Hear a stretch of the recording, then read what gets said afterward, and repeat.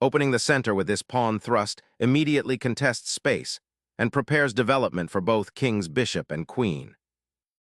Embracing flexibility, 1. e6 prepares to unleash the king's bishop and allows for a solid pawn structure, though it temporarily cedes central space. Establishing control of the center and preparing kingside development, this knight efficiently occupies a key square. Developing a piece to its natural square prepares for central pawn advances and harmonizes with existing structure. Commanding central space, white immediately stakes a claim on the d5 square, aiming to restrict black's knight and prepare for kingside development.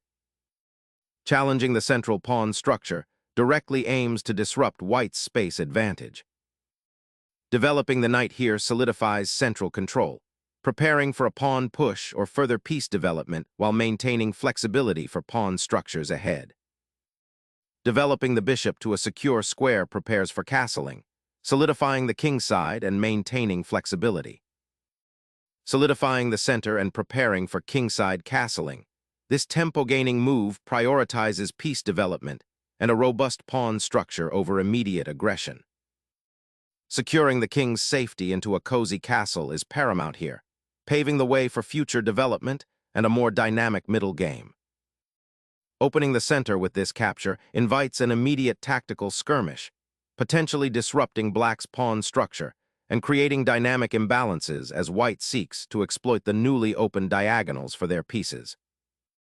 Releasing the central tension via that pawn exchange now opens up a diagonal for your queen's bishop, potentially aiming towards the kingside.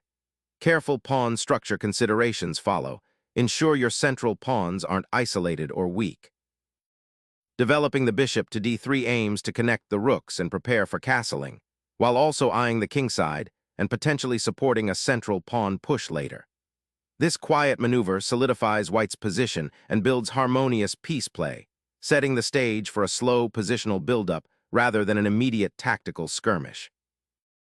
Challenging the central pawn structure immediately, black injects dynamism into this queen's gambit declined setup, aiming to disrupt white's harmonious development and open lines for their pieces, potentially creating queenside activity or targeting white's soon-to-be-castled king.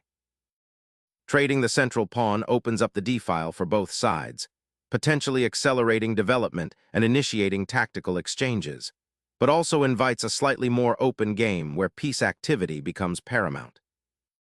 Reclaiming the pawn with the bishop immediately reestablishes black's pawn structure, untangling the center and preparing to challenge white's control of the dark squares with a well-placed nc6. The bishop, now on an active diagonal, aims towards white's kingside, hinting at future attacking possibilities. Safeguarding the monarch by tucking it away behind the pawn shield solidifies its security, paving the way for the rooks to potentially activate on the central files, adding another layer to white's developing initiative. Developing the knight to c6 bolsters black's central presence and prepares for potential pawn advances on the queen side, while simultaneously offering options for piece exchange if white chooses to engage. Solidifying the queenside structure, this pawn advance prepares to deploy the bishop to a more active diagonal, potentially targeting black's central pawn complex or contributing to a kingside attack by opening the file. It creates a harmonious pawn formation, ensuring the central squares remain well supported while avoiding any immediate weaknesses. Deploying the queen to e7 centralizes it, preparing to link the rooks and offering support to the kingside, while also eyeing potential outpost squares should the center open further. It's a flexible maneuver, bolstering black's coordination and keeping options open for counterplay against white's pawn structure. Finally establishing a safer haven for the king, this bishop reroutes to a more active diagonal, aiming to pressure black's queenside pawns and potentially support a central advance. Unleashing a bishop to pin the knight creates immediate tactical complications and forces white to address the tension on the d4 square. This aggressive posture aims to disrupt white's harmonious development and potentially win material if the pin isn't handled carefully. Addressing the immediate discomfort in the bishop's position, white politely nudges the attacker away, aiming to regain initiative by potentially reinforcing the queenside or building pressure along the c-file.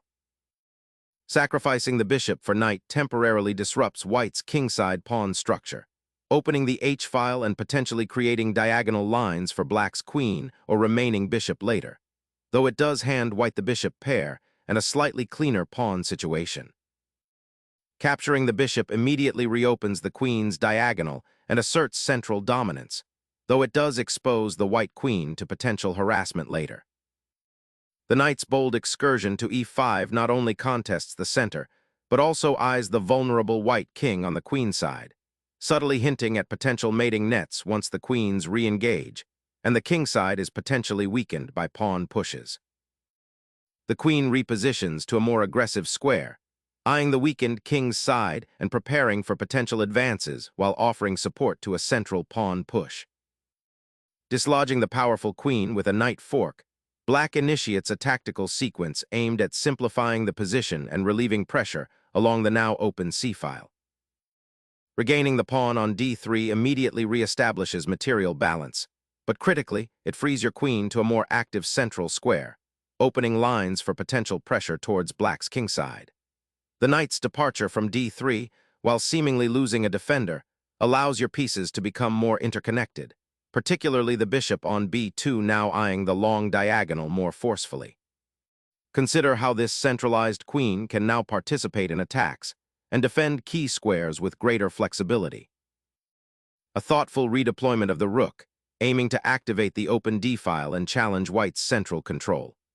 This maneuver signals an intent to create dynamic play and contest the crucial central files, while also preparing for potential pawn pushes or further piece activity in that area.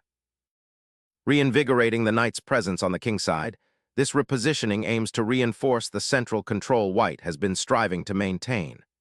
The knight's journey to e2, though a bit circuitous, avoids immediate tactical complications and allows for future maneuvering, potentially to g3 to support the kingside or even back to f4 if circumstances allow.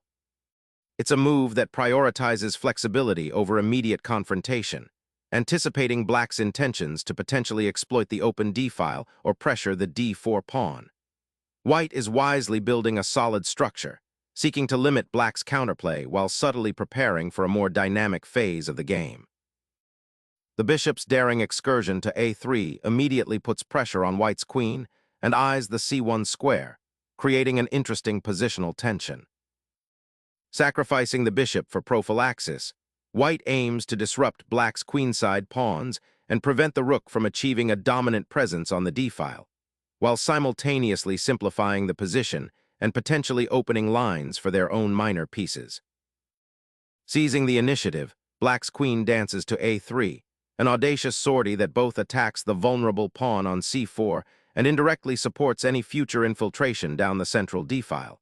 White must now address this immediate threat, potentially forcing a concession or a passive defensive posture, while black simultaneously repositions a key piece to a more active outpost.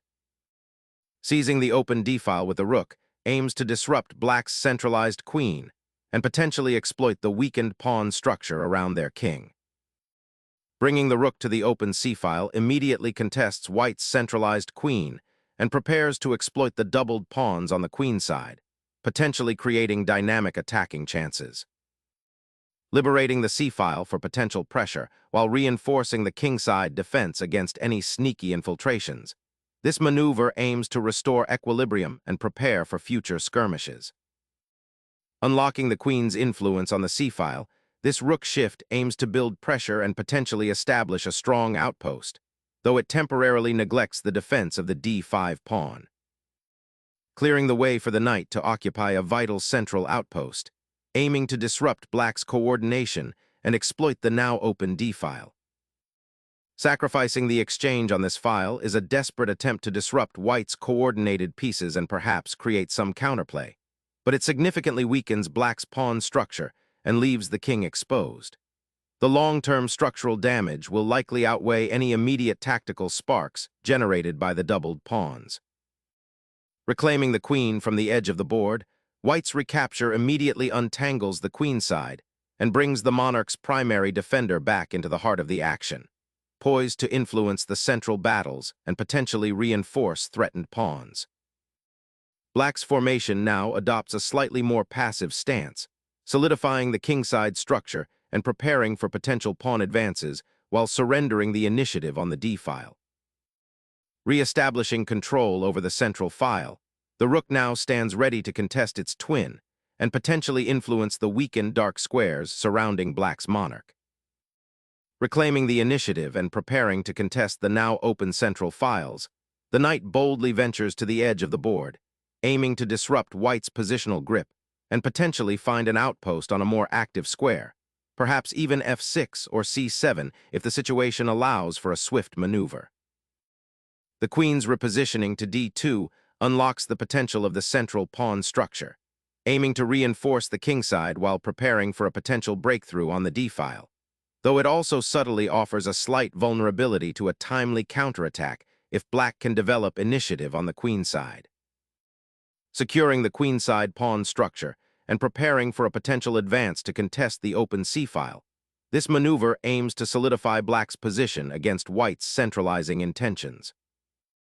A curious repositioning, aiming to reinforce the queen's protection and perhaps redeploy the knight to a more active square later, but it relinquishes control of the d-file and concedes valuable central squares to Black's pieces, potentially creating a passive blockade. A strategic redeployment is initiated, aiming to reposition the queen from the somewhat exposed central square, preparing for a more robust defense and potential counterplay on the queenside. Initiating a queenside invasion, this maneuver seeks to exploit the potential weakness of Black's pawn structure and disrupt the coordination of its pieces. Seizing the initiative on the queenside, White aims to put pressure on Black's vulnerable pawns and potentially create an outpost for the queen. With a decisive flourish, the White queen ventures deep into enemy territory, threatening to create complications and force Black into defensive concessions. This bold repositioning of the queen aims to disrupt Black's setup and possibly trade off key defensive pieces, opening up lines for attack. Injecting dynamic play, White brings the queen into an aggressive stance, forcing Black to react and potentially creating tactical opportunities. The knight's repositioning aims to contest the d4 square and potentially prepare for a later advance towards c4, challenging White's central pawn structure, while simultaneously eyeing the vulnerable g4 square should the opportunity arise to disrupt White's coordination. The rook surges forward, aggressively seizing the 7th rank and threatening to bisect Black's position. A bold attempt to activate the rook, yet it invites considerable pressure on the d-file and potentially leaves the piece somewhat exposed if White can effectively consolidate. Unleashing a piercing check, this maneuver seizes control of the crucial 8th rank, forcing Black's king into a decidedly uncomfortable position and potentially setting up devastating discovered attacks or decisive material gains. A perilous shift occurs as the king abandons its defensive posture on the 1st rank, venturing onto a square that, while seemingly safe from immediate checks, becomes a focal point for White's encroaching pieces. This repositioning signals a desperate attempt to escape the central crossfire, but it also leaves the royal household exposed to potential battery formations and a long-term siege on the kingside. The resulting structure could easily lead to a slow strangulation of Black's forces. Activating the knight to centralize and eye potential breakthroughs on the kingside, particularly targeting the vulnerable g6 pawn or creating infiltration squares. Solidifying the pawn structure and preparing for potential pawn breaks forms the core idea behind anchoring the king's defenses with this move. Solidifying queenside territory aims to prevent Black from establishing any new advanced posts for their pieces, and simultaneously prepares for potential pawn advances, like b4, to seize more space. Shifting the knight to e4 infiltrates the weakened central territory, aiming to disrupt White's coordination and potentially launch an assault on the f2 pawn while also defending the weak a6 pawn. Reclaiming the central file after that exchange, White seeks to organize their pieces for a renewed offensive. The rook's repositioning hints at a desire to challenge Black's pawn structure, potentially preparing a maneuver to penetrate or pin down the enemy king. This cautious approach suggests White is prioritizing stability and avoiding immediate tactical fireworks, instead opting for a slow buildup of pressure. That daring queen sortie, Ka3 boldly seeks to exploit the undefended pawn and disrupt white's queenside pawn structure, creating immediate tactical complications and forcing white to react defensively rather than continue their planned advance. Shifting the queen to that square seems like a preparatory maneuver, aiming to free up the rook on the first rank and potentially eye the vulnerable kingside pawn structure black has left exposed. This offers white a slightly better control over the critical central squares. Consolidating the monarch's safety becomes paramount after white's aggressive queen sortie, creating a defensive shell around the king by shifting it away from the potential diagonals and files that could be exploited. Solidifying that queenside presence now, white aims to restrict black's counterplay and prepare for further advances, potentially eyeing the d6 pawn or creating more space for the remaining pieces. Shifting the queen to a more active square aims to disrupt white's pawn advances on the queen side and potentially create counterplay on the central files, though it does temporarily abandon defense of the 7th rank. This cautious repositioning of the queen aims to consolidate the white pieces, particularly preparing for a potential foray onto the d-file or to re-establish pressure along the 3rd rank. By moving away from the active a3 square, the queen avoids immediate tactical complications while keeping open lines for potential future pawn advances. Recognizing the precariousness of the white queen on a3 and the potential for it to become entangled, black repositions the queen to b4, initiating a coordinated defense of the a6 pawn while simultaneously preparing to challenge the queenside if white overextends. Unlocking the queenside potential, this move reroutes the queen to a more active square, aiming to pressure black's somewhat exposed king and potentially create threats along the 1st rank or down the file, a stark contrast to its previous passive placement. Opening the path for the knight to potentially reroute through f6 offers dynamic counterplay, but risks overextending the queen into a less secure position. White opts for a subtle repositioning, preparing to contest the queen's maneuver and potentially reinforce the center or initiate a kingside initiative. Repositioning the queen to b4, black seeks to create active counterplay, potentially targeting white's c2 rook or aiming for a more menacing diagonal. This maneuver also defends the b6 square and prepares for future king's side actions. Unleashing the f-pawn signals a clear intention to finally generate some queenside counterplay, breaking free from the current stalemate and potentially opening lines towards black's king. Re-engaging the knight to the central f6 square offers a more dynamic post, preparing to potentially challenge white's queenside pawn advance or even seek out tactical opportunities if white overextends. Rethinking piece placement, white aims to disrupt black's queenside blockade and force a favorable trade that opens the c-file, potentially leading to an attack on the weak pawns. The king retreats to the corner, seeking refuge from the aggressive white queen and rook, but this passive posture might invite further pressure on the kingside, and it's crucial to find active counterplay soon before being completely smothered. Unifying the pieces for a potential central pawn push, the king steps into a more active, though still slightly exposed, position on the kingside, preparing to support advancing pawns or even to participate in a future sortie.